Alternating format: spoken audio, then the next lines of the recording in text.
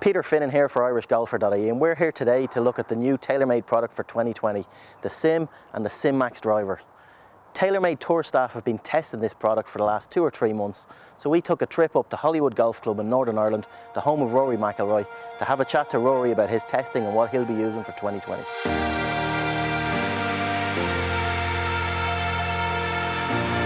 Right, so Rory, it's 2.5 years now since you actually began your journey with TaylorMade. Yeah.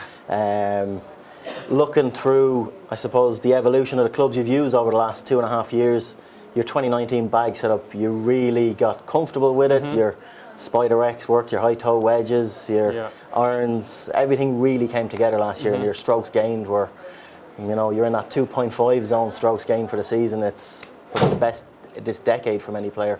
So, how do I suppose, looking back on a season like that, how do you assess that season looking back? Yeah, I mean, look, I think the way golf, in a way, I think all sports have become, you know, it is very data driven, and you know, there's a lot of analysis and analytics, and you know, so I use those statistics to sort of gauge where I am against the rest of the field, and to look at strokes gained off the tee, and you know, everything improved this year, which is massive. You know, if you can keep finding those little bit of improvements each, you know, you're not going to improve every year, but you know, 18 for me was a decent year, but not a great year. But then this year I was able to sort of bring everything up a notch, and yeah, that was massive. And I think if I can sort of keep trying to somehow improve on those numbers year after year, you know, hopefully keep myself right up at the, you know, the top of the rankings. And of those rankings, you get to the end of the season, then you're talking about how important those small little gains are. Yeah. So you have your M5, you've had a great season with it last year, you led driving stats on it, and then you have to change it up. It's hard to get rid of a gamer that you like, but you know, looking at these two drivers now for next year, your SIM and your SIM Max, what were your first impressions of them when you seen them? And yeah, so I think if you look at them from the bottom, you would think, oh, these look a bit different, a bit strange. But then when you look at them from the top, they look great. You know, they look, you know, beautiful looking driver. Sort of like how they've mixed the colors up a little bit this year, going for that lighter grey and that the blue. But yeah, I mean, look, whenever we were, you know, these drivers were introduced to us, you know, they introduced them with the, you know, why are we doing this? And then they talked about, you know, this piece on the bottom, you know, see the way it's angled, it's not square to the face, because, you know, your downswing is where the club head goes through the most friction, and that's where you want it to be the most aerodynamic. And you know, they weren't making, you know, no one really makes drivers aerodynamically efficient halfway down. It's all at square to address. So it makes sense. It makes sense why they did that. And then I think once you start to hit them and you see that you do gain a mile an hour, a couple of miles an hour club head speed, and then that translates into ball speed. That's a, you know, with all the regulations put on what drivers can and can't do nowadays, you know, how they're still being able to find these little gains, you know, little margins here and there is impressive. And yeah, I've tested it a little bit. I still have a bit of testing to do to get, you know, as comfortable with it as I was with the M5, but you know, first impressions are very good.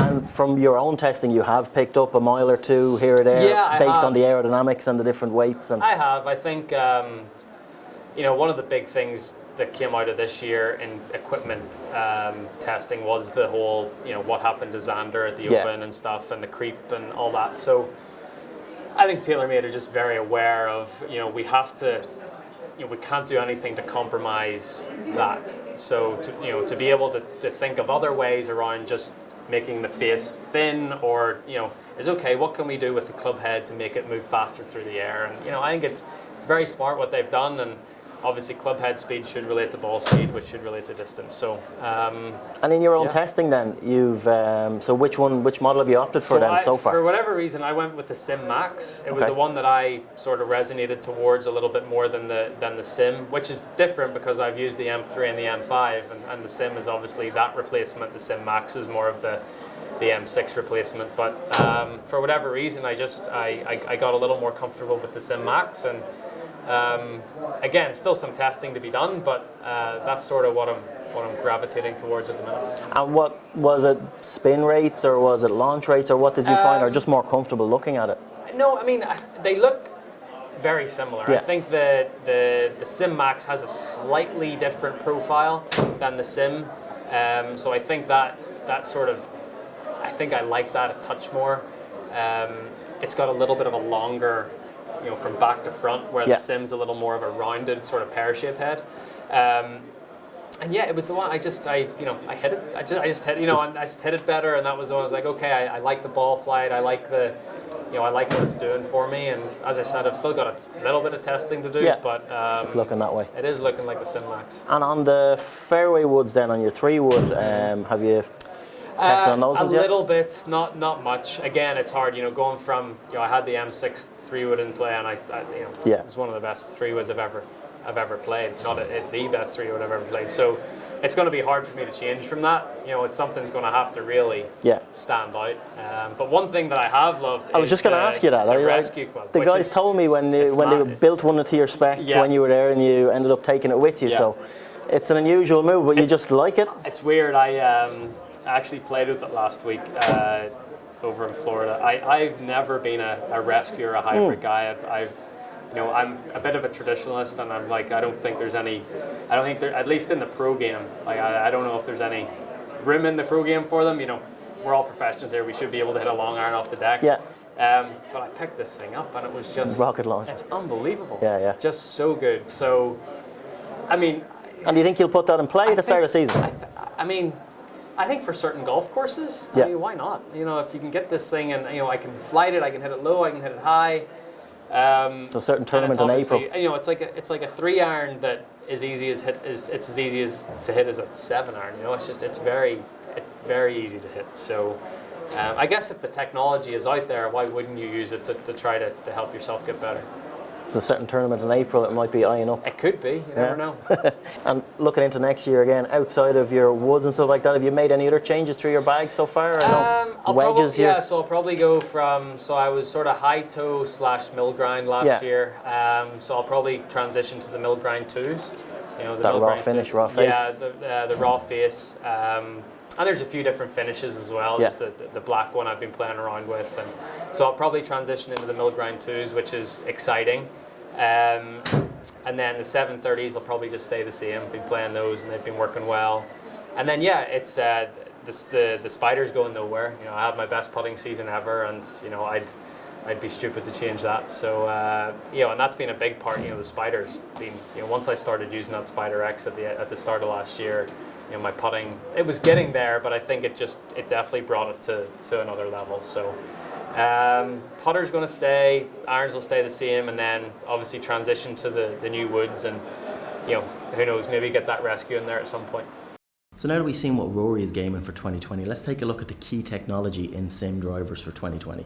So there are 3 different head types in SIM, and they all really focus on the same key technologies for this year. So SIM is shape in motion.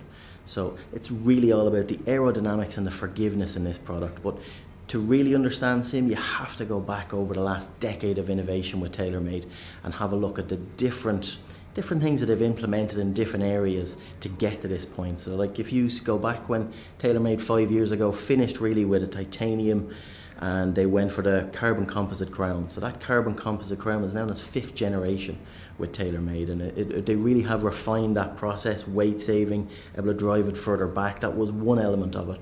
Then other elements of adding in twist face 2 years ago. So twist face really, it just took your dispersion in on those off-center shots. It really counterbalanced the gear effect of the driver face.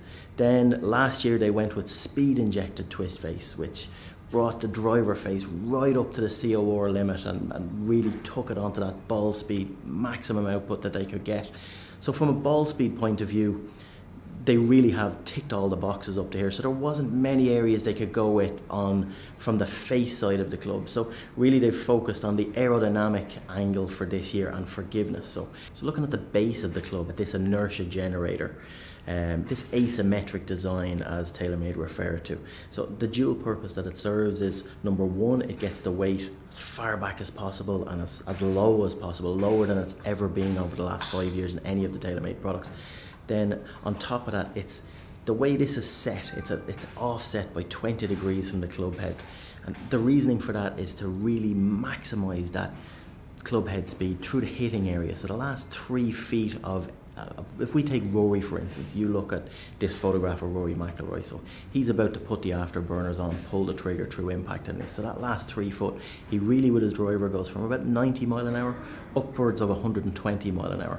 So that's where drag is pretty much quadrupled through that area. So this fin-like protrusion on the bottom of the club helps just to gain that extra mile or two in club head speed, just really to generate a little bit more power. That coupled with the forgiveness on the back really is the story from SIM from this year. So there are 3 drivers in the SIM family. You have your SIM driver, you have your SIM Max, and then you have your SIM Max D-Type, which is the draw bias driver. So if we look at SIM first, so if we compare SIM to last year's M5, so really there was 2 sliding weights on the M5. With the Inertia Generator this year, there is no need to have the 2 sliding weights. TaylorMade, through their own R&D, found that most people anyway put the back weight as far back as possible, be it an M3 or M5 over the last 2 seasons. So this Inertia Generator really negates having that slidable weight, and it gets it as far back as you ever could on a track and a lot deeper. It really does promote forgiveness across this. So you have your 1 sliding weight on the back of the face. If we take a closer look at the SIM Max driver now, so the Max head is the equivalent of last year's M6, no movable weights. You'll see this Inertia Generator that you'll see across all the models this year, gets that weight, it's a heavier weight, gets it further back and deeper in the club head than ever before. Really spikes on the MOI on this one, really forgiving club head, really gets it out there, higher ball flight than the SIM. What they've done with these as well, they've gone with progressive face heights across the 3 drivers in the line as well. So with SIM Max, it's 8% of a larger club face than you'll find on the standard SIM, and with the D-Type it's actually 18%. So that progressive face height really gives players that need it the most that extra face, that extra bit of forgiveness and bit of spike. So as we can see, SIM is the evolution of so much technology from TaylorMade and so many different familiar pieces of technology we've seen over the last decade from them. That coupled with the improved aerodynamics of this club and the high MOI that the Inertia Generator is offering this year really should put these in your try list for 2020. So they're available from the 7th of February. So the SIM driver retails at €579 and the SIM Max comes in at €529. So give them a look.